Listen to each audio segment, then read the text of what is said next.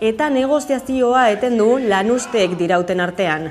Asteko bigarren eguna izan dute gaur hain zuzen ere Gasteizeko Mercedeseko lantegian ELA Lab eta SK sindikatuek deituta. Horien arabera 95%ko jarraipena izan du lanuzteak tailerretan, ekoizpena berriro ere geldiarazi da.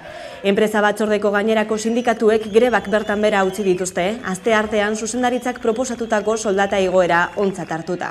ELA Lab eta SK sindikatuek ordea 6. gauari ezetz esaten jarraitzen dute. Esan bezala, zuzendaritzak adierazi du negoziaziorik ez dela izango, greba deialdiak dauden bitartean. Kaixo guztioi, eguerdion eta ongetorriak gurean gaur magazinera. Egunero legez Deustuko estudioetatik ari gara, zuzenean, eta hemendik eta ordu bitartean Euskal Herrian zein munduan gertatutakoak azaltzen saiatuko gara, informazioa, analizia, iritzia eta entretenimenduaren bitartez. Uztaiak 7 ditu gaur, osteguna da, eta aipatu bezala, ELA Lab eta SK sindikatuek lanuztera deitu dute gaurko eta baita ere biharko egunerako Gasteizeko Mercedesen. Bien bitartean, Inigo Urkullu lehendakaria Mercedes-Benzeko ordezkariekin bildu da, asteazken honetan Alemaniako egoitzan, Gasteizeko lantegian inbertsioak bermatzeko helburuarekin. Lehendakariak malgutasuna barneratzeko deia egin du. Gileak eta enpresaren zuzendaritzaren arteko elkarrizketa izan behar da. Nik uste dut azken orduotako aurrea adostasunak ikusita itxaropenerako puntu bat ere badago.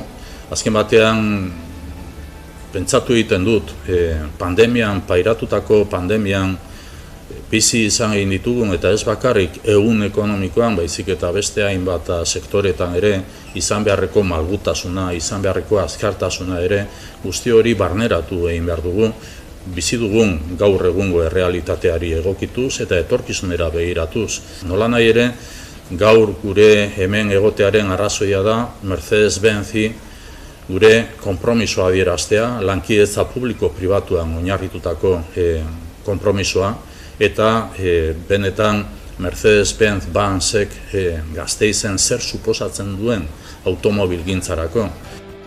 Baildo beretik mintzatu da gaur Arantxa Tapia Eusko Jaurlaritzaren ekonomiaren garapen sailburua gaur goizean Euskadi Irratian egin dioten elkarrizketan adierazi du Mercedesen beste hainbat lantegietan bezala garaiei egokitu beharko direla malgutasunez. Uste atzoko bilera emankorra izan zela, garrantzitsua izan zela, benetan badagoelako proiektu bat Gasteizerako, Gasteizko plantarako, eta nik uste horretan zentratu ginela batez ere. Badaudela zailtasunak hitzarmenean, beti gerta daitezke horrelako gauzak, baina baita ere aurrera pausoak ematen ari dira, beraz, nik uste biak erlazioa duten arren, bi gauza desberdin bezala tratatu beharko genituzkela. Nolabait gertatzen danarekiko malgutasuna baina baita ere egokitzapena egin behar dugula, beste hainbat lantegietan eta pandemia izan den garai honetan gertatu den bezala. Garaiei nolabait egokitu egin behar gaitu. Bestalde, Arabako mentalgintzako sektoreko langileak ere ari dira hitzarmen kolektiboa negoziatzen, haren blokeoa salatu dute, eta metalaren sektoreak ohartarazi du bere eskaeretan aurrerapenek ez badago, gatazka gogortu egin daitekeela. Hitzarmenaren negoziazio mahaiaren hurrengo bilera bihar izango da, eta dagoeneko grebara deitu dute iraileko 3 egunetan. Hitzarmenduin baten alde Arabako metalgintzako sektoreak borrokan dihardu. Sektoreak ohartarazi du bere eskaeretan aurrerapenik ez badago, gatazka gogortu egingo dela. Duela 20 urte hitzarmen kolektiboa ez dela berritu. Daukaguna da hitzarmen bat, orain dela 20 urte baino gehiagokoa, eta tartean egon dira paktuak, eraginkortasun mugatuko paktuak, eta azkenengoa da 2015-2017. Eta 2018an hasi ginen berriz negoziaketetan patronalarekin hitzarmen bat egiteko 20 urteen ondean. Eta etorri zen pandemia, kantzelatu zen bilera, gero bueltatu ziren eta abenduan, 2021ko abenduan ados jarri ginen ELA Komisiones eta Lab, eta gero SK, CGT eta USO gehitu zitezkigun, eta urtarrietik aurrera hasi ginen negoziazioak serio egiten. Lau greba egun eta gero patronala ez dela mugitu diote. Ematen digu dena flexibilidadean malgutasunean berdin jarraitu nahi duela, ematen diguna da 1,75ko igoera, gero bai bukaeran saiatzen da egiten 2026 arte erabatin hobesten zenbaki batzuekin nola berreskuratu orain ematen ez diguna, baina ez digu KPI hurbiletik ere ematen, kontuan izan behar dugu 10koan dagoela gutxi gora bera gaur egun eta 1,75 jartzen du mailan eta hori ez da posible. Jardunaldian ere ez digu jaitsiarik ematen, hemen Araban 1735 ordu ditugu, Gipuzkoan eta Bizkaian eta Nafarroan, baino 30 gehiago gutxi gora bera. Orduan astebete gehiago egiten dugu lan hemen, behin eta hori ez da onargarria ez jaistea, daramatzagu urte pilo bat jaitsi gabe, lanaldia jaitsi behar da, bai ala bai, lana banatu behar da. Eta gero subrogazioan, subrogazio osoa ematen diogu, hau da, geroz eta azpiko kontrata gehiago eta geroz eta prekaritate gehiago dago, eta patronalak oso mugatu ematen digu azpiko kontratazioa, batzuei bai, beste batzuei ez, guztiz injustua dena. Mercedesekin greba bateratua egitean indarrak batzeko balio izan duela adierazten dute ELA sindikatutik. Kontuan izan behar da, maiatzen egin genituen 3 grebetan Mercedeseko langileak ere dituta zeudela, eta ELAtik izan dezakegu pozik gaudela gure afiliatuek eta gure sekzio sindikalak erantzun zuelako, eta bai beste jende askok ere, baina egia da, orain Mercedes pilpilian dagoenez jende askoz gehiago ere atera dela, eta horrek indarra ematen digu izan ere, Mercedeseko borroka, Arabako metaleko borroka da, Mercedesen igotzen badira baldintzak horrek arrastratu behar du sektorea. Udaren ostean KPIa lortzea bilatzen dute eta horretarako 3 greba deialdi gehiago proposatu dituzte. 20 urte ostean dinamika bat sortzen ari direla adierazi dute eta prekarietatea alde batera ustea bilatzen jarraituko dute. Horrez gain lanaldiak jaistea, subrogazioa eta bajen komplementuak hobetzea eta berdintasunean eta lan osasunean hobekuntzak ere eskatzen dituzte. Guztiok ikusten ari gara prezioen igoera, guztiok ari gara ikusten KPIaren egoera, guztiok ari gara ikusten nola arrisku psikosozialak ez diren kontuan hartzen eta langileak matxakatuta dauden, ja ez ordu asko egite dituztela lan, gehiago egite dituztela lan, enpatu bezala, beste metaleko hitzarmenekin, Gipuzkoarekin konparatuta, astebete gehiago egiten dutela, eta gainera kaina gehiago sartzen diete, eta gero hori ez dute ikusten beraien soldatetan. Diesela 2,5 dago, asko erabiltzen dute langileek lanera joateko, dena igotzen ari da, eta patronalak ez digu ematen. Eta aipatu bezala horrek impulsoa ematen digu, eta jendeari ilusia pizten ari zaio, borrokak ari direlako egiten, borrokak ari direlako ugaritzen, Arabako metalean, greban ari gara sektorean, baina greban ari gara Mercedesen, oso digarria dena, greba ari gara Fietan, greba ari gara egiten Linamarren egin genuen greba bat, Burulanen egiten ari gara greba bat, Burdinberrin ere egingo dugu greba bat, beste enpresa askotan ere mugitzen hasi dira eta enpresak ere urduri jartzen ari dira nola sektorean, epatu bezala Mercedesek laguntzen digu, baina bai beste enpresa guztiek ere, izan ere enpresa askotan hobetzen bada, sektorea igo behar da bai ala bai, bestela inork ez du kontratatuko sektorean. Prekarioenak ezik eta horien gana hurbildu behar gara eta saiatu behar gara iristen, eta iristen ari gara eta sektoreak horretarako balio du, baina enpresa guztietan mugimenduak egotea oso positiboa da, laguntzen duelako elkar elikatzen dutelako Mercedeseko gatazkak eta sektoreko gatazkak. Eta energiaren alorrean gasa eta energia nuklearra inbertsio berdetzat jo ditu Europako Parlamentuak Bruselaren proposamenaren ondotik. Erakunde ekologistek erabakia deitoratu dute eta lege ekintzak iragarri dituzte horren aurka.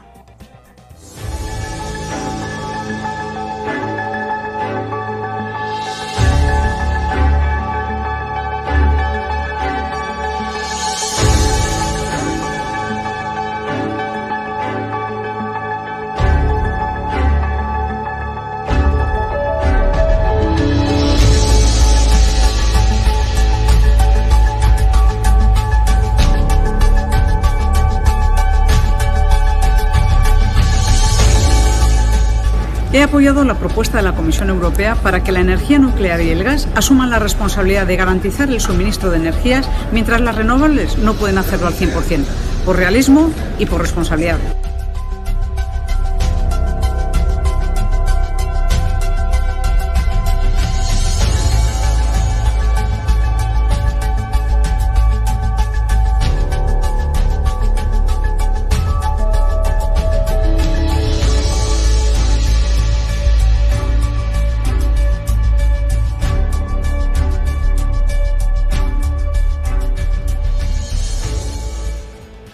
Eta neguaren hasieran energia falta daitekela dioten iragarpenei aurre hartu nahi izan die Frantziako gobernuak, Ukrainako gerrak izan ere areagotu egin du krisi energetikoa, eta negua kezka handiz ikusten ari dira mundu osoko gobernuak. Gasaren eskaria handitzen bada, nahikoa izango ez delakoan.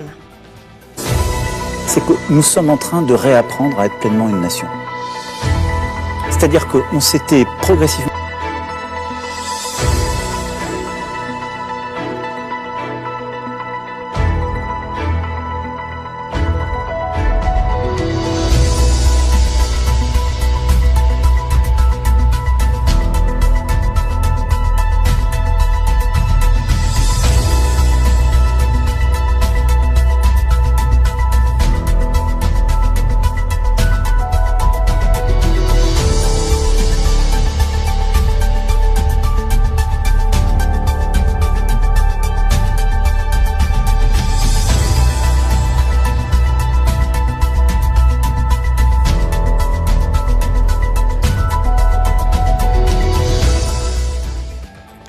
Eta gurean ekonomikoki zer espero daitekeen aztertzeko, bat egingo dugu zuzenean Niko Kuenka ekonomialarekin. Eguerdio, Niko.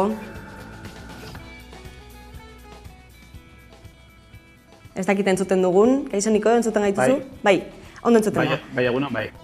Esaten genuen, inflazioa berria dela azken hilabeteotan, udako oporrak gozatzen ari direla asko eta asko dagoeneko, beste hainbatek horik planifikatzen, baina mezua argia dela, inoizko garezkienak izango direla ez, eta atzeraldei baten hotsak ere entzuten ari dira. Bertan murgiltzen ari gara, zenolako aurreikuspenak egin daitezke batez ere, udaren osterako.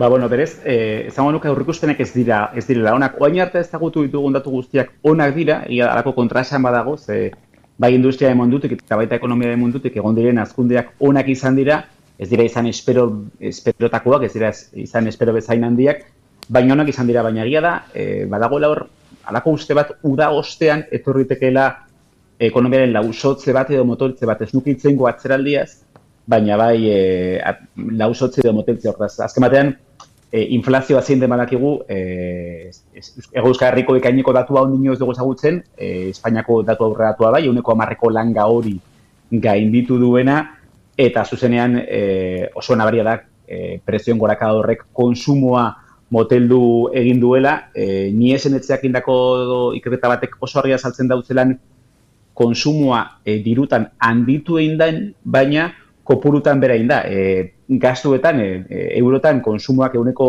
ia 6,8 egin du gora, familien konsumoak eguneko 6,8 egin du gora, baina kopuruei begiratuta, erosteko kopuruei begiratuta, ia eguneko 3 egin dau bera, beraz, gehiago erosten ari gara, gehiago gastatzen ari gara, baina gutxiago erosita, eta horrek konsumoa murriztu edo moteldu dezake, eta hortaz jarduera ekonomikoari kalte egin ez da. Beraz, zalantza hori dago, beldur hori dago, ia uda ostean ekonomiak zelako joera izango duen. Aipatzen duzun bezala ez, adierazleak momentu zonak direlako, eta ikusteke dagoerako oraindik ere ez, zer gertatuko te den udaren ostean, batez ere energia krisia kontuan hartuta, gerra ekonomia kontzeptua geroz eta gehiago entzuten ari gara Europan zehar ere, beraz zenolako etorkizuna edo zenolako aurreikuspena egin zenezake? Kontua da, inflazioa da kezka nagusia, bai Europan baita estatu batuetan ere, eta dagoeneko banku zentralek, Europaren kasuan, Europako Banku Zentralak eta Estatu Batuen kasuan, Erreserba Federalak, moneta politikako neurriak hartu dituzte. Kontua da, horiek dira normalean erabiltzen diren neurri klasikoak, ez da? Konsumoa asko igotzen denean eta prezioak konsumoa asko handitu dalako, inflazioa handitzen denean, igotzen denean, neurri klasiko hauek esate dute. Goazen likidezia surgatzera, goazen likidezia kentzera merkatutik jendeak gutxiago erosteko. Kontua da inflazio honek beste arrazoi badukala. Berez, inflazioaren jatorria arrazoia ez da eskaria izugarren ditu dela, baizik eta eskaintza murriztu dela. Gogatu behar dugu pandemiatik atara ginenean izugarri kontsumitzen hasi ginela, baina produkzioa, eskaintza, etzela aina, etzela nahikoa eskari guztia esetzeko. Gerora etorri ziren Txinan egon ziren konfinamenduak, hornidurakateen arazoak, hainbat arazo etorri ziren, eta horrek eskaintza murriztu zuen, eta horregatik prezioak igo ziren. Beraz, inflazioaren jatorria ez da eskaria, baizik eta eskaintza. Eta hartu diren neurri hauek, hau da, interestasak igo ditugu bai Europan, bai Erreserba Federalean, Estatu Batuetan, likidezia zurgatzeko eta hortaz konsumoa murrizteko honek badauzka albokalteak. Eta hori izan daiteke atzeraldi batean sartzea.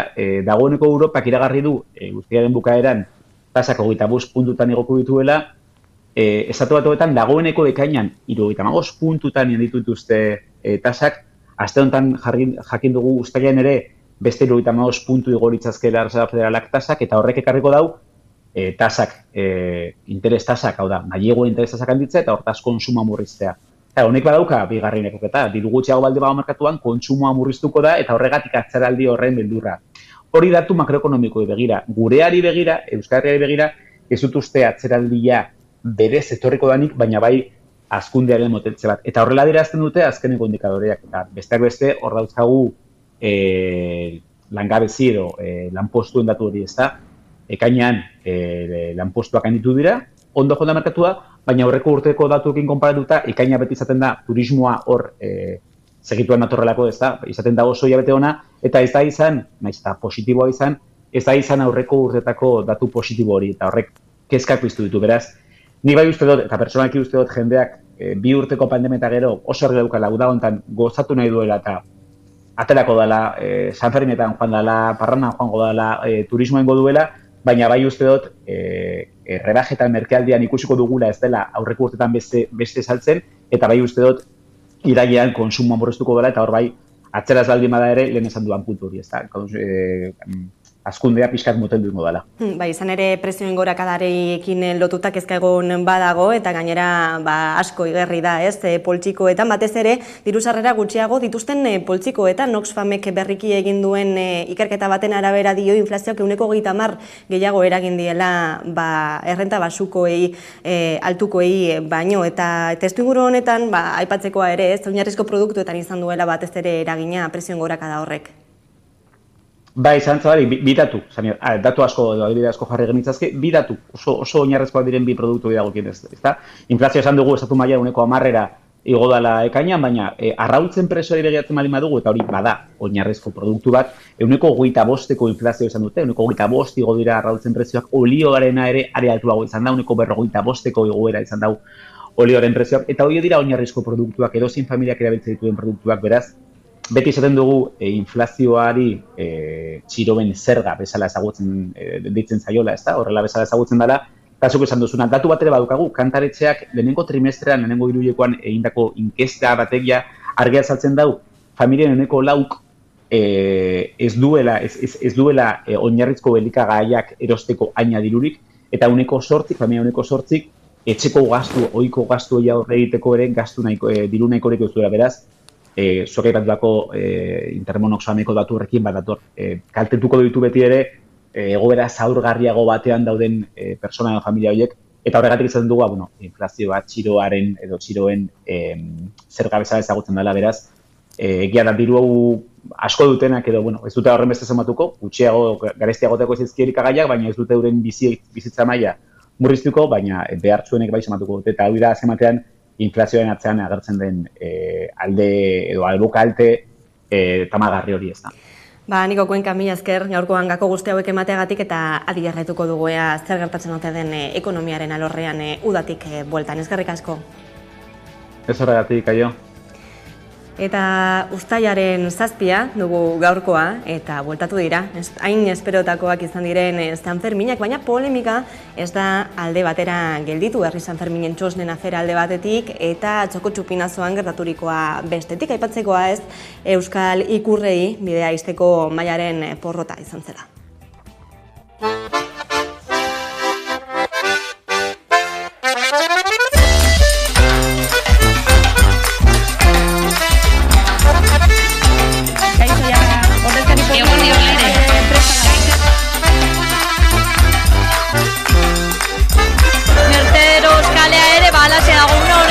Alde batetik bestera.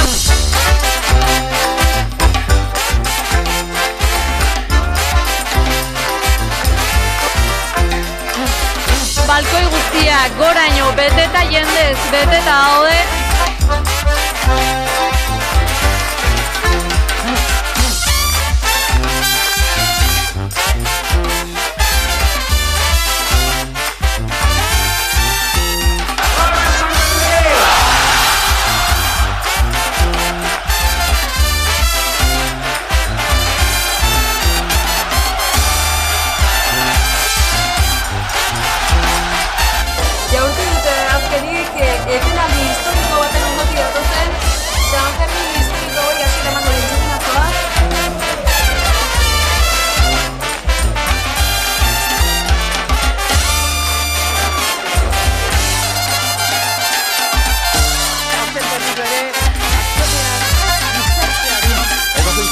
pentsatzen dut momentu garela baita ere...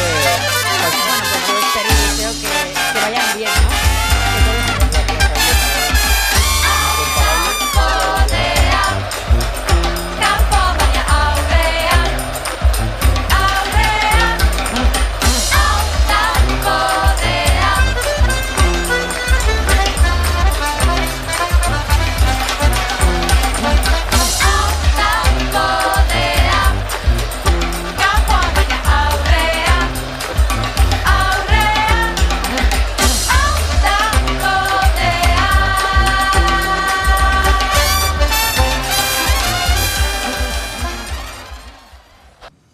Eta beste gai batzuei helduta, Poloniak ez du onartu Pablo Gonzalezen atxiloaldiaren aurka ezarritako helegitea, eta gauzak horrela Pablo Gonzalez espetxean mantenduko dute. 4 hilabete igaro dira Poloniako poliziak Gonzalez antzeman zuenetik Ukrainako mugatik kilometro gutxira. Errusiako zerbitzu sekretuetako agente izatea leporatzen diote, eta akusazio horren arabera 10 urterainoko kartzela zigorra ezar diezaiokete kazetariari.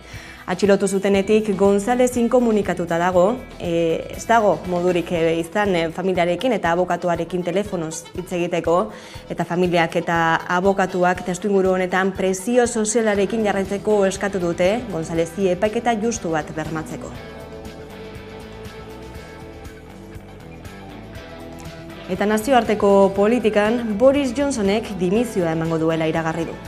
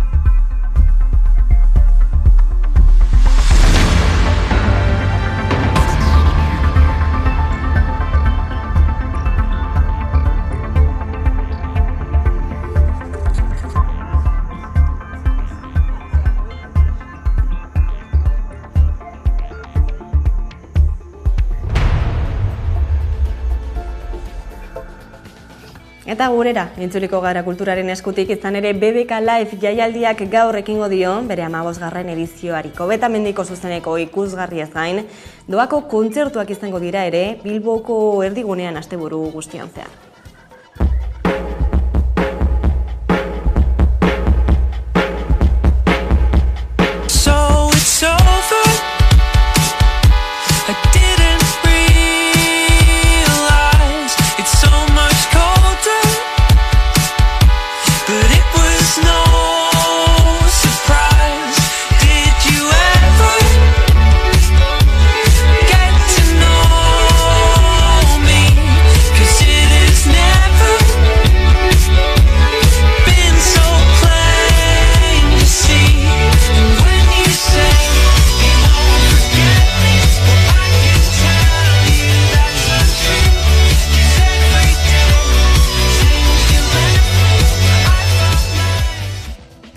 Gaur arratsaldean emango saio hasiera BBK Live jaialdiari, eta hain zuzen ere bertan izango da Udane Arbeo gure lankidea. Eguerdion, Udane. Bai, eguerdion. Zer espero da aurtengorako eraz? Bai, zuk esan bezala koronavirusaren etenaldiaren ostean 2 urteren ostean bueltan da BBK Live jaialdia, eta hori ala Bilboko Kobetamendiko zelaiak jendez lepo egongo dira. Gaur arratsaldeko 5 ekingo dio jaialdiak, eta larunbatera bitartean uztailaren 9 arte Kobetamendiko zelaiak lepo egongo dira jendez beteta, eta egitarau zabala izango du aurtengo 15. edizio honek ere. 100 artista baino gehiago izango ditu, eta 12 agertoki izango dira jaialdian bertan. eta musika generoari dagokionez, pop, rocketik haratago flamenkoa, trapa, musika urbana edota indarran diren beste hainbat genero entzun eta ikusi ahalko dira bertan. Horien artean nazioartetik musikari asko datoz eta horiek hartu dute protagonismo handia, esaterako Zahara, Bomba Estereo, PSO Boys edota The Killers izango dira bertan, baina esanguratsua baita ere euskal musika taldeak eta musikariak ere bertan izango direla, eta horien artean esanguratsuenak eta aipatzekoa Chill Mafia, Nogen edota Bulego. Dena den, sartzeko sarrera beharrezkoa izango da, eta une honetan San Mamesen aurkitzen gara, hainbat toki jarri dituzte sarrera hori hartzeko. Hemen atzean ikusi daiteke tokiren bat, hemen atzeko batean sartu eta bertan eskuratuko dute sarrera, eta ondoren hemendik San Mamesetik bertatik Kobetamendiraino autobusa jarri dituzte martxan. Eta esan bezala, sarrera behin eskuratuta, hemen eskumuturrean dudan pultsera jarriko diete, eta festivalean zehar honekin egon beharko dira, dantzaz eta musikaz belaituz.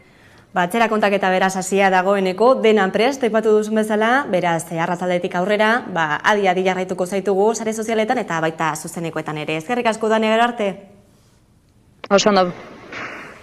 Eta kulturarekin jarraituta, Maitane Perez idazleari Boskako Bilabona udalerria egokitu zaio bere lana garatzeko geuretik sortuak udalbiltzak bultzatutako ekimenaren baitan. 17. Aidanez liburua idatzi du eta sakonean ezagutuko dugu. Tarte bat eta jarraian itzuliko gara, horrekin utziko zaituztegu, eta bueltan eguneko elkarrizketa nagusia gaurkoan ekonomisten elkargoko kidea den Arkaitz Urrapileta izango dugu, baina baita ere Iker Etxebeste Useiko langilea. Orain arte.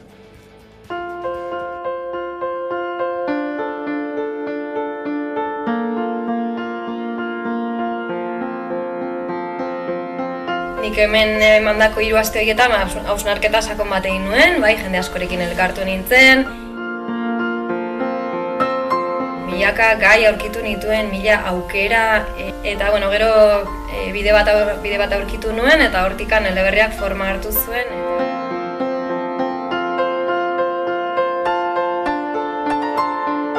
Jatorrizko herrira itzultzen diren 3 pertsonaien istorioa da, eta arrazoi desberdinengatik itzultzen dira herrira egun berean. Orduan bakoitzak bere arrazoiak eta bere egoerak eta esperientziak mugituta ibilbide bat egiten du herritik, badoaz bakoitza leku desberdinetan etortzen zaizkio oroitzapen desberdinak edo bizitzako esperientzia desberdinak, eta hola doaz amasabiagonako gauzak azaltzen.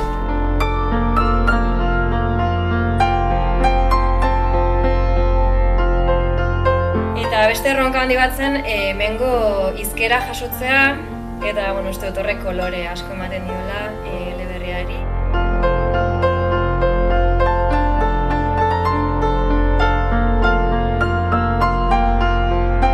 Elkartuko naizen pertsonen zerrenda osatzen hasi.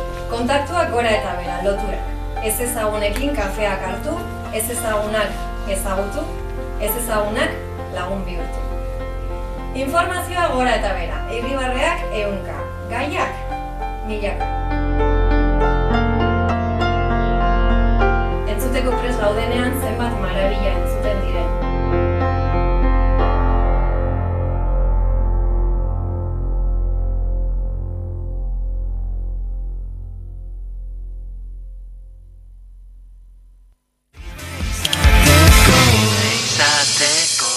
Euskal Herriko aktualitatea ikusteko eta jarraitzeko beste modu bat da Hamaika Telebista. Eguneroko gaiak alde batera utzi gabe, itzalean direnei arreta eskainiz eta tartea emanez. Errealitatearen 11 alde ikuspuntu guztiak kontuan hartuta. Gertatutakoa, zuzenean eta eskura. Noiz nahi, edonon eta euskarri guztietan gainera. Telebista egiteko beste modu bat posible delako. Euskaraz, gertutik eta konfiantzaz. Egin dezagun, bat izan, 11 egin.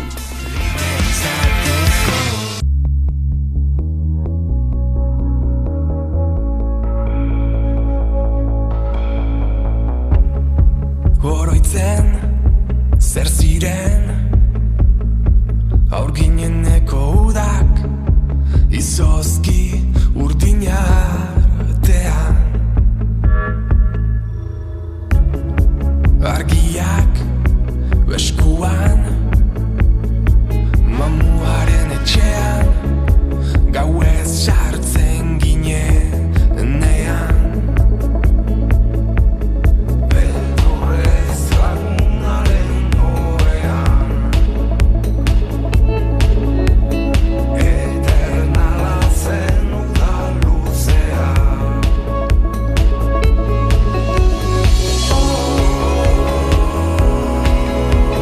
Mamuak izozkia,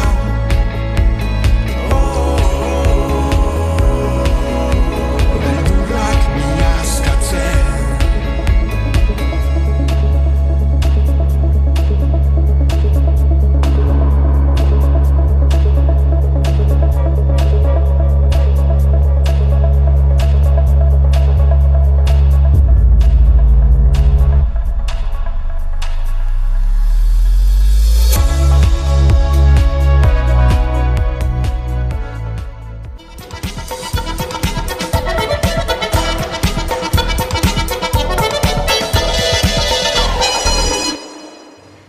Ekonomisten Euskal Elkargoak kontabilitate eta auditoretza hiztegi terminologiko berria aurkeztu berri du. Profesionalek euren jardunean terminologia teknikoa erabiltzen aurkitzen dituzten oztopoei aurre ekiteko asmotan. Hiztegia diseinatzeko USEI zuzendaritza teknikoa eta unibertsitateko irakasleen lantaldea osatu dute, besteak beste Euskal Herriko Unibertsitateko, baita ere Mondragon Unibertsitateko, Deustuko Unibertsitateko eta Nafarroko Unibertsitate Publikoko irakasleak aritu dira lan horretan. Honi buruz eta gehiago jakiteko, gaurkoan bi gonbidatu ditugu, alde batetik Arkaitz Urdapilleta, Ekonomisten Elkargoko kidea, eguerdion. Eta bestalde Iker Etxebeste, USEIko langilea, eguerdion. Bueno, aipatu dugu ez, hiztegi terminologikoa eratu berri duzuela, zein izan da honen xedea edo zein hutsune betetzera dator? Bueno, azken batean, elkargoa etorri zitzaigun guri nolabait kezka bat adiraziz, ez? Eta, bueno, da, azken batean, diskurso espezializatua lantzeko terminologia funtsezkoa denean, detektatzen zutela alako divergentzia batzuk edo desadostasun batzuk bat zeduela eta kontzeptu batzuk finkatu bertziala euskeraz nola eman ordainari begira. Eta, lan honen xede nagusia hori izan da, ez? Divergentzia hori saiheste aldera, eragile nagusiak edo diskurtso horren transmisioan dabiltzan unibertsitateak edo eragile horiek bildu eta denon artean aipatutako zailtasun horiek nolabait ebatzi eta adostasun bat bilatzen saiatzea. Zer ere nolakoa da gaur egun ekonomiaren alorrean euskararen presentzia? Ekonomia arloan dago pixkat gutxi landuta esango nuke. Bai erabilera datuak beti bajuak izaten dira eta ekonomia arloan esango nuke igual bajuxogoak. Beti diru kontuak beti eramaten ditugu erderara eta beti ohitu gea bai finantza arloan, kontabilitate arloan dena erderaz egitea eta orduan hiztegi honen beste funtsezko helburu bat da termino horiek finkatze euskeraz denek eukitzeko eredu bat nun jarraitu eta horrela lan munduan gehiago erabili ahal izateko eta denak antzeko hizkuntza erabiltzeko eta denak ulertu gaitezen. Lan mundua aipatu duzu ez, langile gain jarri duzu arreta batez ere, baina unibertsitateko eremurako ere baliagarri izango da, ez, hiztegia? Bai, orain justu atera da, baina justu ikasturtea bukatu da, eta baina irailean behin hasita planteamentua da irailetik aurrera, bai unibertsitatean eta bai ikasleen artean hiztegia hau erabiltzea, terminologika arazo horiek amaitzeko eta denak finkatzeko modelu berdin bat ikasketak ere, ikasten bukatzen dezunean atatzen zenean, hiztegi berdina edukitzeko. Euskararen normalizaziorako bidean beste urrats bat izango ditzateke, ez? Nolakoa da? Nolako izan da prozesua, ez? Esan duzu, ez? Berritasuna badela, ez? Euskaran terminologia guzti hori izateak, nolako izan da prozesua itzultzerako orduan? Nola egin duzu, ez? Nola arautu duzu, ez? Zin kontzeptu erabili eta zein ez?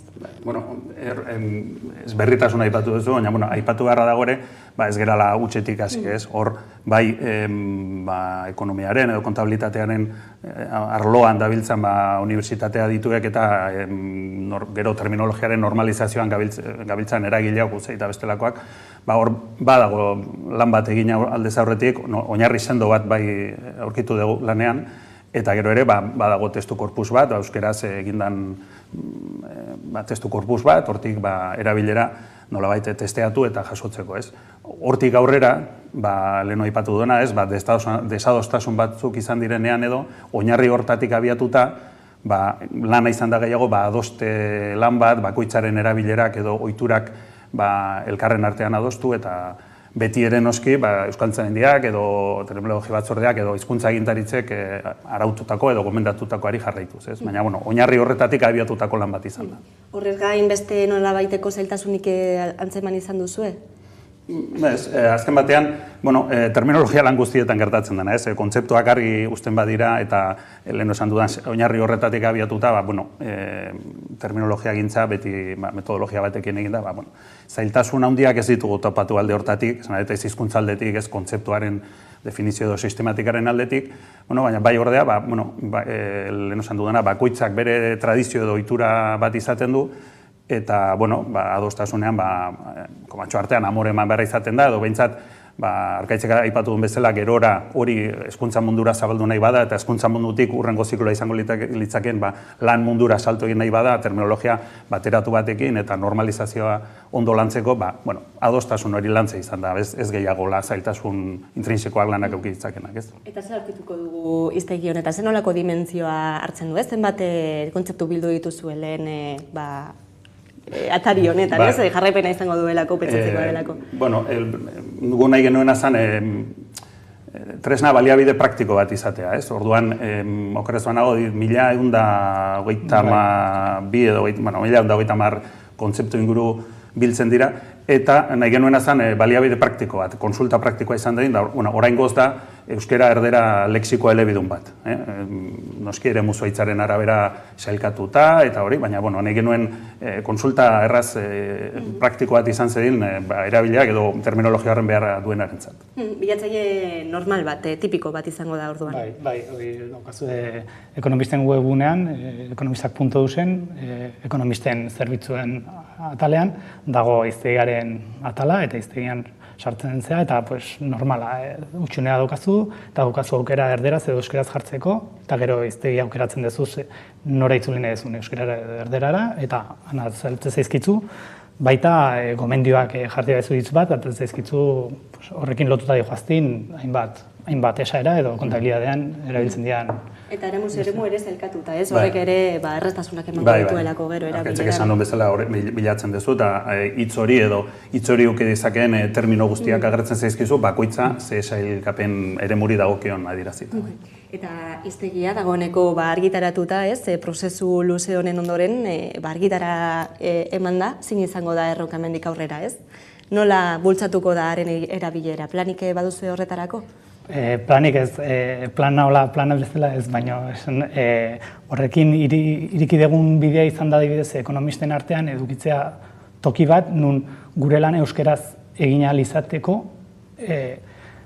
horlako eragileekin ziurra, guk egingo dugun itzulpena ziurra izango den segurtasun hori ematen digu. Eta hori edukita lan munduan behintzat erabili dezakegu denak gure txostenak egiteko eta erabiliko dugun hizkuntza berdina izango denez, gero alderaketak egiteko, datuen alderaketak egiteko ere, jakingo dugu zeinekin alderatu.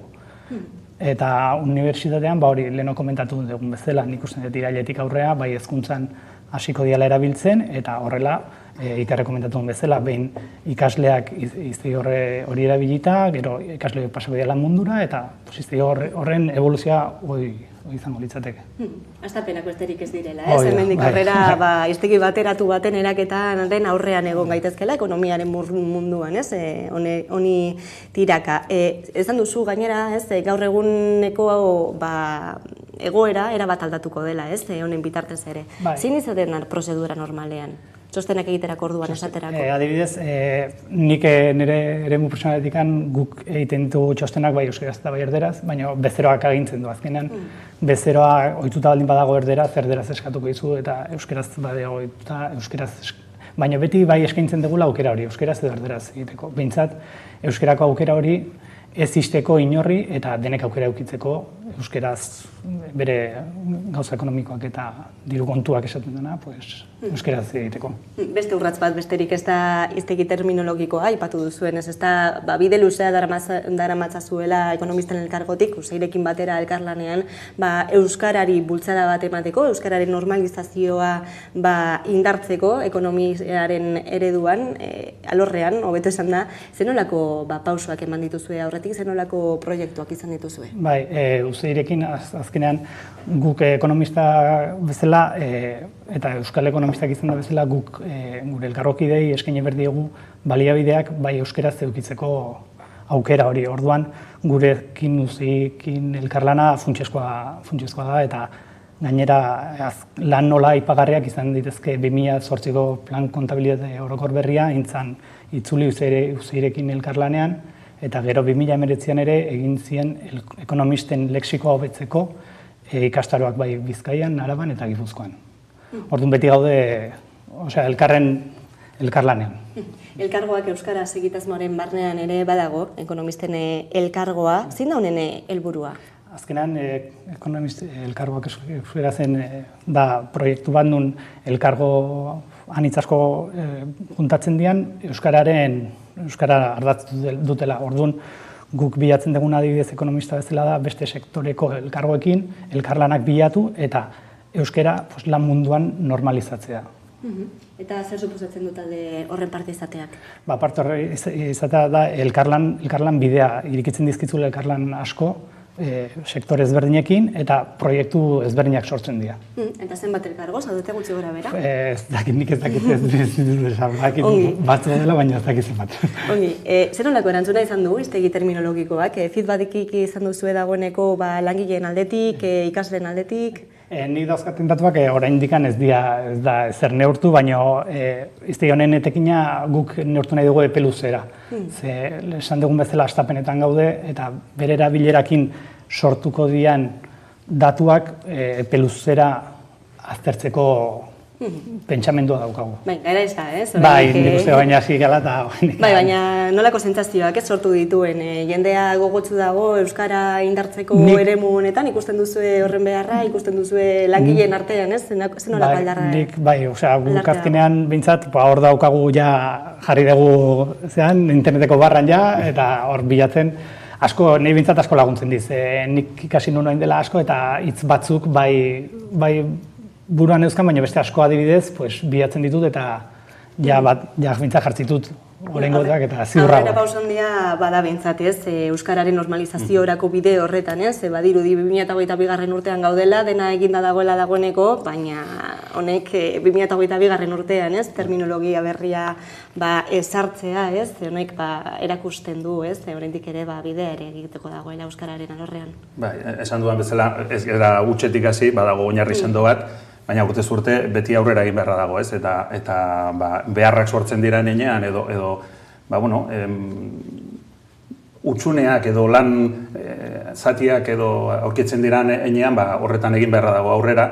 Eta lehen esan dezunaren bidetik azpimarratuko nuke parte hartzaileak ez dirala edo norri izan ekonomialarien elkargo bat atzean izatea hor jende asko dago atzean. Eta gero, hiztegia egiteko ditugun aditu eta unibertsitate eta horiek badirela nor, ez?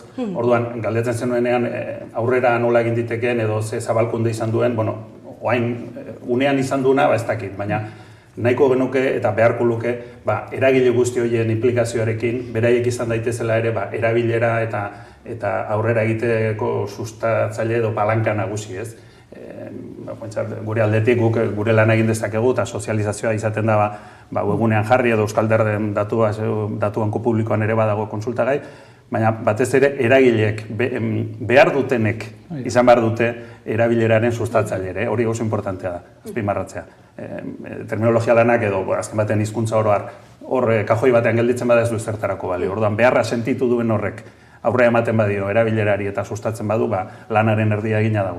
Eta baikor zaudete, bide horretan? Behintzat, beharrak adierazten zaizkigunean guri, eta ez geranean gu izaten beharra saldu behar izate horretara, bada zerbait, eta hor guk ematen dugu balio. Bide horretan ere ez, ekonomisten elkargotik eta aurrera begira ez, 5-10 urteko epe batean, esaterako, zer egin aldaketa ikuste gustatuko litzaizuke? Guri gustatuko litzaizuke gure komunitatea haztea, eta izatea referente euskal ekonomian, adibidez, euskal ekonomistak euskaraz hitz egiteko topagune bat eukitzea, eta beti horre eukitzea, esan zuk ekonomiaz euskaraz egin nahi bazenun leheno adibidez, oso foro txikitan egin zezaken orduan, guk nahi duguna da pixkat foro hau handitu eta izan topagune eta elkargune edozein elkarlaneako eta azkenean lan munduan euskara normalizatzeko.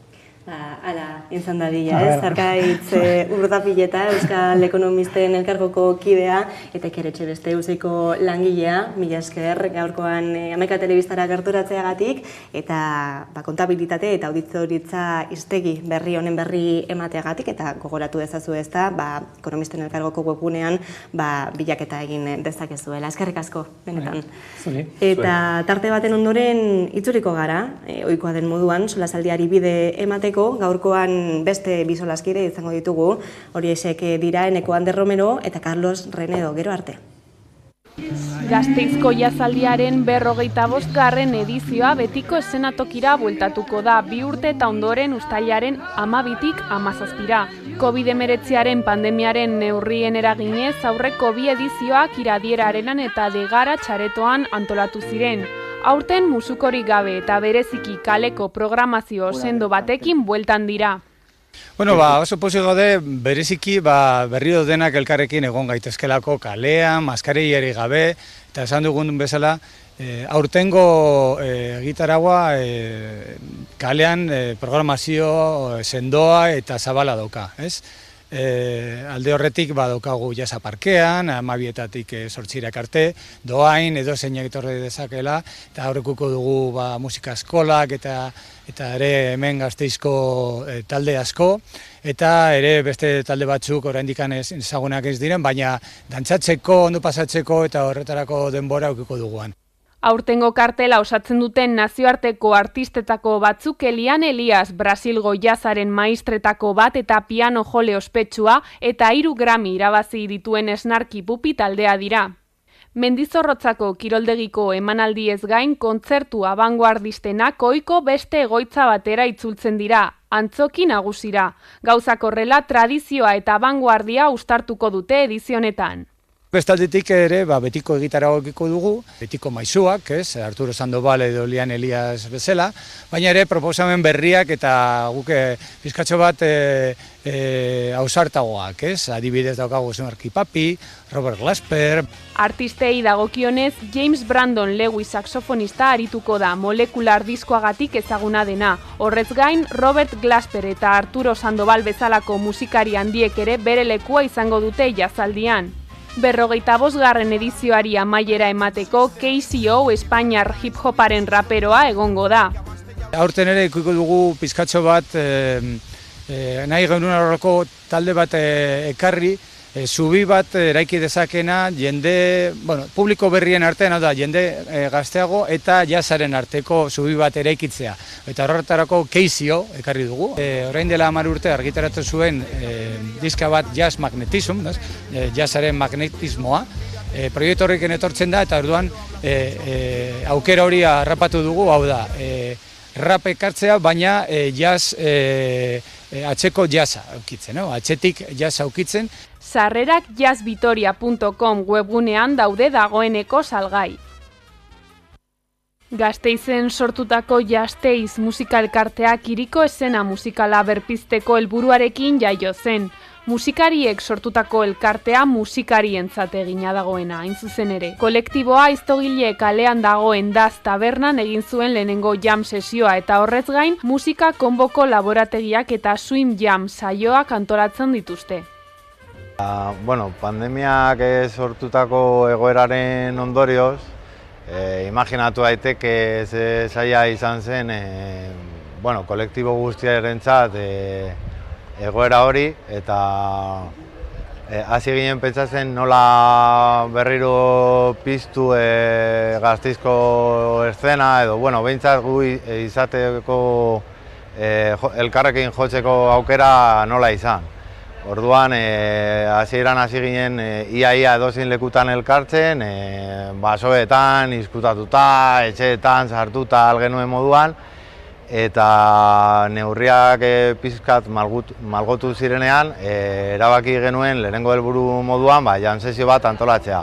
Musika eta haren historia kulturaren parte gisa ezagutaraztea eta sustatzea, musikan interesa duten guztien topagunea izatea eta Gasteizko musika eszena ezagutarazi eta sustatzea autonomia erkidegoan, estatuan eta nazioartean dira helburuetariko batzuk.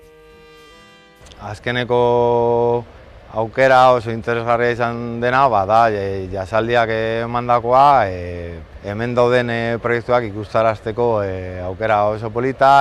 Orain erronka berri bat daukate eskuartean, Gasteizko jazaldian kontzertu eta jarduera desberdinak antolatuko dituzte kalean. Bertan Aldakan, Itziar Jago eta Paul San Martin, Chick to Chick, Eder, North Coast Quintet, Apodaka, Obalala eta Josu Izagirre Sester egongo dira.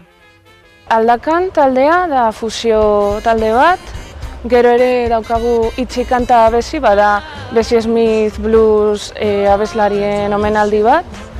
Gero ere daukagu Gasteiz Swing Band, sozial egin dituen banda, eta edukiko dugu jendea swing dantzatzen eta horrela. Chick to Chick hirukotea, swing eta jazz klasikoa egiten. Eder musika latinoamerikarra abesten. Obalala bosa egiten. Apodaka hirukotea ere edukiko dugu jazz manus egiten. North Coast Quintet, hard bop egiten dituena. Eta gero Josu Izagirre Sextet, da Charles Mingus omenaldi bat, baina Josu Izagirreren tema propioak izango ditugu. Eta gero edukiko dugu ere jam session bat, Gasteiz orokorrean abeslari eta musikari guztiekin, eta jam hori normalean beti daukagu kontzertu txiki bat eta izango ditugu Andino anaiak. Musikaren kalitateari dagokionez ona dela antzematen dute eta jendeak gogotsu hartzen du musikarekin harremana duten jardueretan parte hartzea. Uztailaren 10ean Ironmana Gasteizera itzuliko da eta gainera dizdira osoz egingo du ibilbidea berriro ere hirigunetik igaroko baita. 2022ko Ironmanaren lehen zatia igeriketakoa izango da eta Uribarri Ganboa urtegian 3,8 kilometro egin beharko dituzte igerian. Jarraian bizikleta iritsiko da 180,2 kilometrorekin. Iringuruan dauden herriak zeharkatuko ditu 3 itzulitan eta tarte batean gainera Done Jakue bideko zati bat egingo dute triatlete. Triatloia amaitzeko 42,2 kilometro egin beharko dituzte korrika Gasteizko erdigunean, Erdi Aroko hirigunearen inguruan. Helmuga plaza berrian egongo da. Gasteiz bezalako hiri berdeak ere erakargarria dira horrelako ekitaldiak egiteko eta jorratzeko. Eta gaur ere ikusten dugu nola hiri berde batek, Gasteizek ere, aukera izaten du horrelako ekitaldi polita eta nazioarteko mailakoa dana erakartzeko gure hirira. Mailagoreneko kirol ekitaldian dagoeneko izena eman dutenen kopurua 2500 triatletekoa da eta atzerriko parte hartzaileek presentzia handia izango dute. Horrek guztiak nazioarteko proiekzio handia emango dio Gasteizi.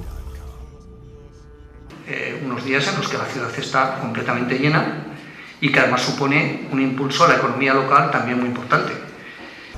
Gainera, kirolari horietako batzuek urrian Kailua Konan Hawaien jokatuko den Ironmanaren munduko txapelketarako sailkapen plazak eskuratuko dituzte.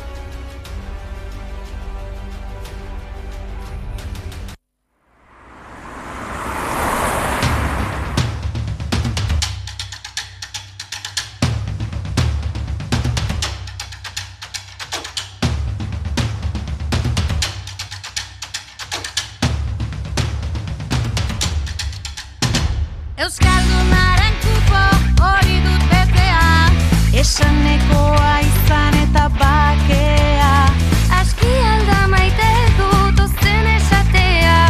Euskaraz bada zerbait, hitzeko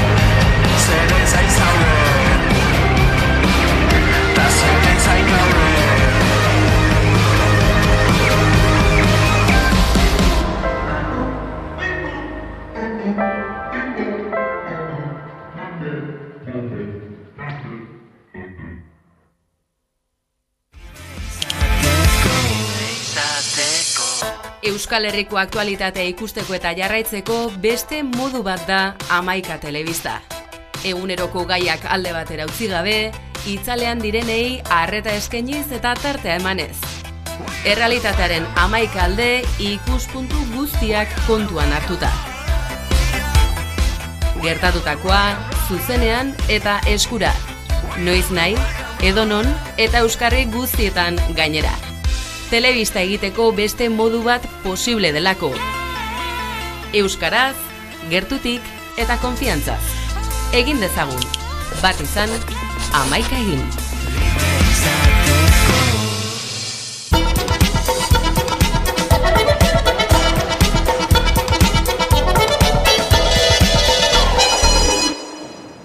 Eta egunero legez, hasiera emango diogu gaurko solasaldiari, eta horretarako gaurkoan gurekin ditu galde batetik Carlos Renedo, eguerdion. Eguerdion. Eta Neko Ander Romero, eguerdion. Eguerdion. Uztailak 7 ditu gaur, noski San Fermini buruz hitz egin behar dugu lehenik eta behin solasaldi honetan zehar. Atzokoan zuzenean eskaini genizuen txupinazoa, eta gaurkoan umore puntu batekin izan diren polemika guztiak ere ekarriko ditugu gogora San Ferminen bueltan, aritze gure lankideak egin duen bideoa jarriko dugu lehenik eta behin. Iruindarrak! Gora San Fermin!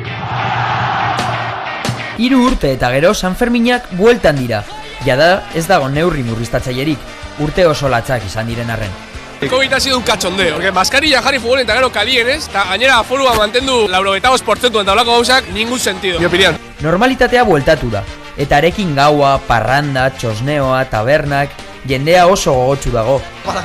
Para beber, azerratizai para beber. Benetan hainbesteko gogoak edateko? Nik kaina, kalimotxoa, ardaue, gintonike, inkasa eta patxana. Badirudi baietz, ez dago dudarik, jendea topera irtengo da urtengo San Ferminetan. Eta horrek instituzioi nolabait kezkatzen die. Gehiegizko deskontrola arriskutsua izan daitekelako. Hori ekiditeko neurri ezin hobe hartu dute. Kondoiak oparitzea. Izan ere, Iruñeko 180 bernek eta peinek, 23.600 preservatibo banatuko dituzte jaietan zehar. Yo creo que la gente viene a San Fermín a follar. Bueno, alkola eta sexuaz aparte ere existitzen dira San Ferminak, Uztailak 6tik 14 arte, 100 ekitaldiz beteta egongo da Nafarroako hiriburua. Son 532 actos. Todos los actos, cada uno de ellos requiere mucho trabajo, mucha dedicación. Halere, gauza batzuk UPN estailari jarraituz antolatzen dituzte. Hau da, inori kasurik egin gabe. Adibidez, Labriteko aldapako karpak kenduko ditu mailak, ostalarien eskakizunak kontuan hartu barik.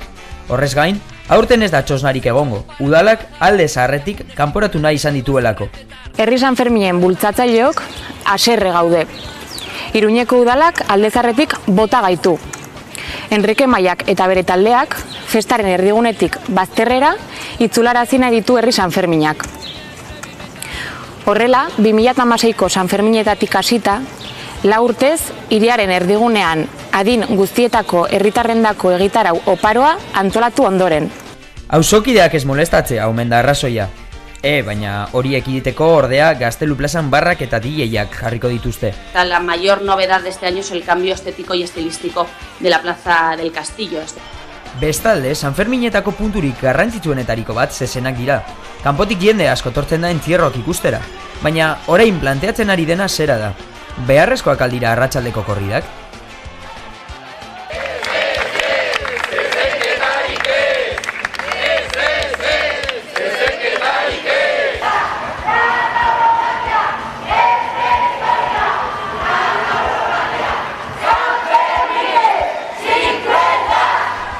Laburbilduz, aurtengo Sanferminak indartsu datoz, bai jaian eta bai aldarrikapenetan, ohiko moduan izan den bezala, eta zenbat bota ditugu faltan. Hemendik gure gomendioa, joan Iruñera eta jaiaz gozatu. Viva San Fermín! Gora Euskal Herria! Bueno, zuek ere bertaratzeko aukera izango duzue? Horten, tamalez ez, baina ikusita ze giroa egondan eta ze giroa egongo dan, gogoak emoten du Euskal Herriko kapitalera hueltatzea Sanferminetan bai. Aurten zoritzarrez utxe kale egingo dut, baina izan naiz oso Sanfermin salea beti. Eta naiz orain. Eta txekoan, suposatzen dugu txupinazoa ikusik ezen dutela, ez? Noski, zuzenean. Bai, eta honen bueltan, sortutako polemika guztia, humoreren aldetik gure lankideak heldu diena, baina luzetik datorren afera, txosnaguneena, jai ereduarena, ez baian jartzearena, ez da, zezinketen aurkako ahotsak ere, zer nabarmenduko zenukete? Nik uste dut alde batetik zenbat gogo eta zer gogo dauden orokorrean Euskal Herria orokorrean jaiak heltzeko eta bereziki Sanferminak oso referentzialak dira eta Baionako festekin batera segurunik izango dira nolabait hiriburuetako festen hasikera eta zentzu horretan oso positiboz ikusten da pandemiak oraindik ez duela hori ezabatu, ez decir, jendea gogotsu dagoela beste jende batekin egoteko. Eta oso triste ikustea udalaren jarrera, Enrique Maiaren jarrera, hasikeran izan zuen talde feministekin eta berdintasun batzordearekin, konpartzekin, orokorrean jai herrikoekin. Zentzu horretan, triste ikustea berriz ere UPN-ren jarrera historikoa izan dena, eta ez da sorpresioa, baina uste genuen igual irabazitako hainbat ez dakit, guda edo hainbat muga zeudela pasatuta uste genuen eta ikusten da ezetz. Eta horrekin lotuta ere ez, atzokoan txupinazoan Udaletzeko plazan Euskal Ikurrik ez egoteko saiakera ere egon zen, polizia asko izan zen ez, miatzen, baina azkenean argazkia oso besterakoa izan da. Bai, nik uste azkenean Iruñan ez, igual Nafarroa, baina batez Iruñan bi eredun arteko talka ematen dela ez, eta ikusi da bideoan ez, UPN edo eskumaren jarrera ez, beti dena kontrolatzen, dena hori debekatzen, eta berriz esatzen dute Gaztelu plazan aldaketa estilistiko bat emango dela eta atzean ekonomia doberatu dela, eta beste aldean herritarrak eta beste eredu baten aldeko herritarrak, herri mugimendua eta nahi dutela bizi jaiak beste modu batean eta nik uste zorionez titularra izan dela herria berriro herriak irabazi duela. Eta atzo, nahiz eta kanpotik ekarri polizia dena kontrolatzeko, berriro txupina izan zen herritarra, ikur guztiak egon ziren, eta ze garrantzia den bai egotea herriaren ikurrak ere bai udaletxe plazan. Eta hor, aipatu duzu plaza eta aipatu duzu zenbat polizia zegoen, eta nik uste dut, aipatzekoa dela, ez da asko aipatu, nola filtroan agertu ziren hainbat udaletxetako udaltzaingoa, baina tartean Bilboko eta Gasteizko udaltzaingoak joan ziren norabiteko bertako poliziari sustengu praktikoa emoteko. Eta alde batetik pentsatzen duzu ze ondo Euskal Herriko polizia desberdinekin egin aldana elkarlana udaletxetatik eta polizia ereduan bada ere, baina ondo pentsatzen badugu zegoen Bilboko eta Gasteizko udaltzaingoa bigilatzen ikurriñak ez sartzea Iruñako udaletxearen udal plazan. Hori da gure poliziaren papera eta hori da Bilboko udaltzaingo batek esango dio pertsona bati ikurriña ez sartzea plazan bere uniformean ikurriña duenean. Raro eta zentzu horretan ere pentsatzekoa zer nolako elkar trukaketak edo kolaborazioa bultzatzen den instituzioetatik, eta kasu honetan ez da UPN bakarrik, da kasu honetan EAJaren bi udal, Gasteiz eta Bilbo. Eta ja ez da izan, bakarrik ez, lehenengo orduetan, izan ere eraso matxistek berriro ere protagonismoa hartu dutelako, San Ferminen lehen egunetan, lehen orduetan, atxilotu bat egon dela jakin dugu goiz honetan, sexu abusuengatik, eta horrekin lotuta ez, aurreko egunetan mugimendu feministak egindako ohartarazpenak, sexu abusu, sexu erasorik ez dutela inolaz ere berriro ere onartuko jai giro honetan, eta baita ere Nagore Lafage bezalakoak oroimenean izan da. Ikusiko dugu, hemendik aurrera ere horrelako berri lasgarri gehiago izango diren.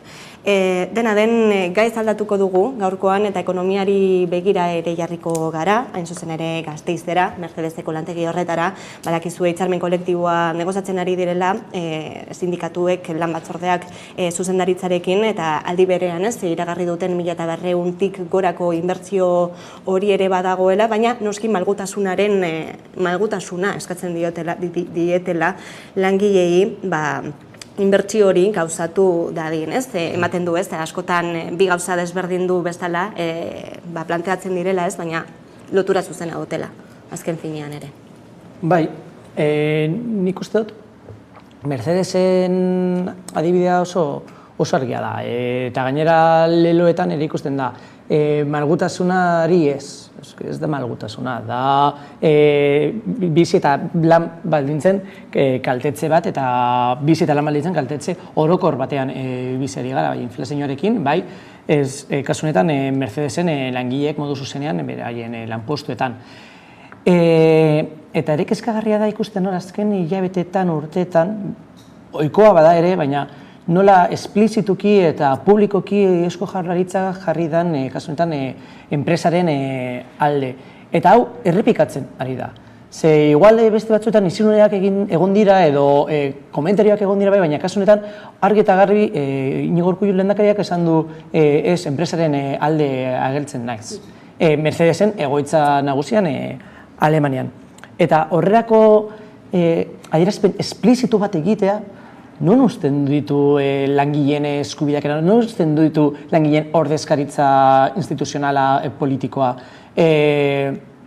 Ostras, bagenekien Eusko Jaurlaritzak egingo zuela enpresaren alde, baina gutxienez ez esan hain modu argian eta langileentzat hain mingarria izan aldana. Bai, Eusko Jaurlaritzak adierazi du ez benaien lehentasuna dela inbertsio hori gauzatzea, bestela hondamendia izango litzatekeela Euskal Autonomia Erkidekorako hori zera etzaten dutena eta aldi berean ez, langileek salatzen dute beraiekin harremanetan ez direla jarri eta ez dakitela zein puntura arte beraien aldarrikapenen berri ote duten, ez? Entzuko ditugu, kortek baditugulako, Iñigo Urkullu lehendakariak atzokoan esandakoak eta Arantxa Tapia ekonomiaren garapen sailburuak gaurkoan Euskadi Irratian esandakoak. Langileak eta enpresaren zuzendaritzaren arteko elkarrizketa izan behar da. Nik uste dut azken orduotako aurrea adostasunak ikusita itxaropenerako puntu bat ere badago. Azken batean pentsatu egiten dut pairatutako pandemian bizi izan egin ditugun eta ez bakarrik ehun ekonomikoan, baizik eta beste hainbat sektoretan ere izan beharreko malgutasuna, izan beharreko azkartasuna ere guzti hori barneratu egin behar dugu, bizi dugun gaur egungo errealitateari egokituz eta etorkizunera begiratuz. Nolanahi ere, gaur gure hemen egotearen arrazoia da Mercedes-Benzi gure konpromisoa adieraztea, lankidetza publiko-pribatuan oinarritutako konpromisoa, eta benetan Mercedes-Benz Bansek Gasteizen zer suposatzen duen automobilgintzarako. Uste atzoko bilera emankorra izan zela, garrantzitsua izan zela, benetan badagoelako proiektu bat Gasteizerako, Gasteizko plantarako, eta nik uste horretan zentratu ginela batez ere. Badaudela zailtasunak hitzarmenean? Bueno, beti gerta daitezke horrelako gauzak, baina baita ere aurrera pausoak ematen ari dira. Beraz, bueno, nik uste biak erlazioa duten arren, bi gauza desberdin bezala tratatu beharko genituzkela. Nolabait gertatzen danarekiko malgutasuna baina baita ere egokitzapena egin behar degula, beste hainbat lantegietan eta pandemia izan dan garai honetan gertatu den bezala. Garaiei nolabait egokitu egin behar gaitu. Garaiei egokitu behar, hori zera behin eta berri errepikatzen dutena, malgutasuna barrenatu behar dutela, nolabait esan pandemiatik gatozela, autogintzaren sektoreak inkalarrian dagoela, eta behintzat inbertzio hau gauzatzen baldin bada, luzerako lanpostuak egonkortuko direla, baina zin baldintzatan, hori zera galdera. Hori da, nik uste esaten dela, lehenengoa esaten dute malgutasuna eta esan nahi dute izan behar duzula prestatuzun osoa. Hau da, sumartu behar zara enpresaren beharretara. Eta atez ere tapian entzuten duzu eta besteak egokitu behar dira, hau da, langileak egin behar dute esfortzu hori. Gero, nik egin gonduk ere, gero Urkullok egin du matiz bat, bera enpresa ulertzen duela modu integralean, langileak eta enpresarioak. Argi dago, gatazka baldin badago, guztiak ez doaz itxasontzi berean, eta bentsat interesak kontrajarriak direla.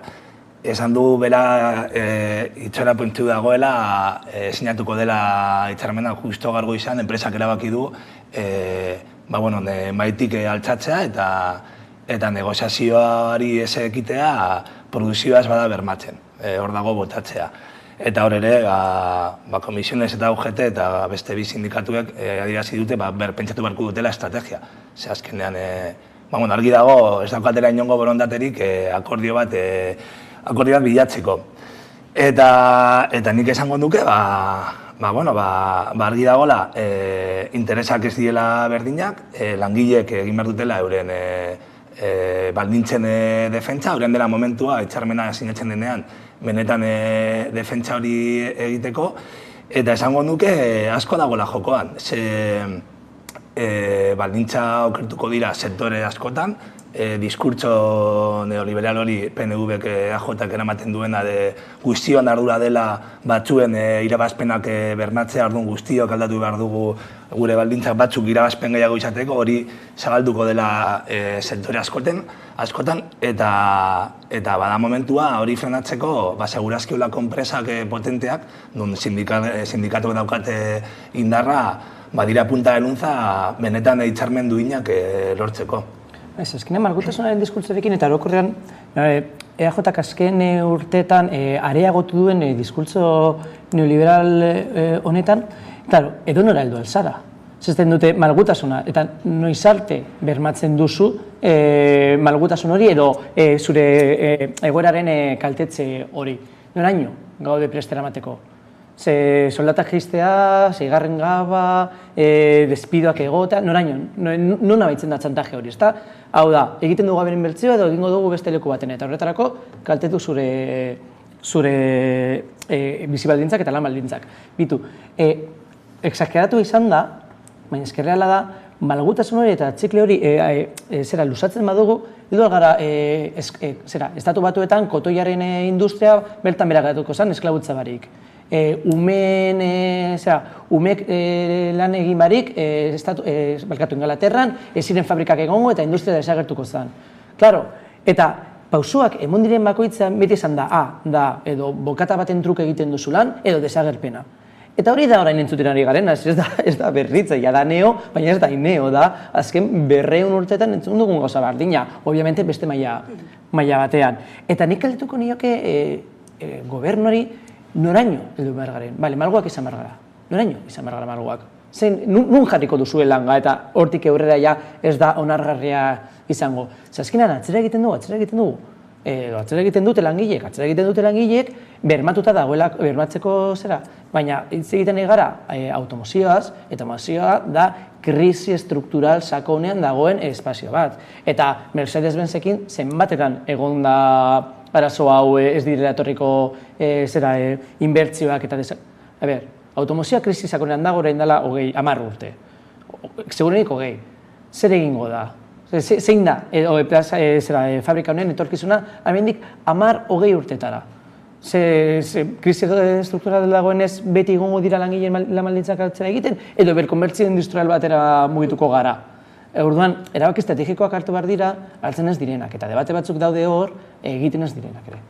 Ikusiko da, nola eskatzen den Mercedeseko korapilo hori, aipatu duzuen ez, sindikatuak banatuta daudelako, aste honetan zuzendaritzak eginiko proposamen horren aurrean, behintzat langileen artean baterasun bat dagoela bantzematen da, jarraipen zabala izan duelako gaurko grebak, nahiz eta sindikatu guztiek deituta ez izan, zuzendaritzak bertan bera utzi dituela negoziazioak grebak jarraitzen duten bitartean, eta bestetik ez, Alemanian ordezkari politikoak ikusiko dugu, hemendik aurrera nola amaitzen den gatazka hau, eta ekonomiarekin jarraituta asko eta asko dira, ez, ahotsak esaten dutenak, udaren ondotik arazoak izango ditugula, alor ekonomikoan inflazioa bada arazoa, hainbat eta hainbatentzat, baina udatik aurrera, dirudi egoera komplikatu daitekela. Niko Kuenka ekonomialariak eman dizkigu gakoak. Zango nuke aurrikuspenek ez direla onak. Oain arte ezagutu ditugun datu guztiak onak dira, egia alako kontraesan badago, ze bai industriaren mundutik eta baita ekonomiaren mundutik egon diren hazkundeak onak izan dira, ez dira izan esperotakoak, ez dira izan espero bezain handiak, baina onak izan dira, baina egia da, badagoela hor, alako uste bat uda ostean etorritekeela ekonomiaren lausotze bat edo motoritze bat, ez nuke itzengo atzeraldiaz, baina bai lausotze edo motoritze hortaz. Azken batean, inflazioa zein den badakigu, Hego Euskal Herriko ekaineko datua ondino ez dugu ezagutzen, Espainiako datu aurreratua bai, 10% langa hori gainditu duena, eta zuzenean oso nabaria da prezioen gorakada horrek konsumoa moteldu egin duela, ni esen etxeak indako ikerketa batek oso argia saltzen dautzelan konsumoa dirutan handitu egin den, baina kopurutan bera egin da. Gastuetan, eurotan konsumoak eguneko ia 6,8 egin du gora, familien konsumoak eguneko 6,8 egin du gora, baina kopuru begiratuta, erostako kopuru begiratuta, ia eguneko 3 egin dau bera, beraz, gehiago erosten ari gara, gehiago gastatzen ari gara, baina gutxiago erosita, eta horrek konsumoa murriztu edo moteldu dezake, eta hortaz jarduera ekonomikoari kalte egin ez da. Beraz, zalantza hori dago, beldur hori dago, ia uda ostean ekonomiak zelako joera izango duen. Da, ez, egoera momentuz badirudi dena ondo doala, ez, udako oporrak planifikatzen, udara joaten ez, alduenak behintzat, inoizko preseri garestienak izango dituen uda delako momentuz, baina horren bueltan ez, zer gertatuko da, ez, hori da kezka nagusia. Bai, gaur jakin izan dugu, Espainian beltan, hainbat lehen sektoreko enpresari txikiak eta nekazariek fruta inguruan dabiltzatenek eskatu diotela gobernuari ikerketa egitea ea zer gertatzen ari den prezioekin.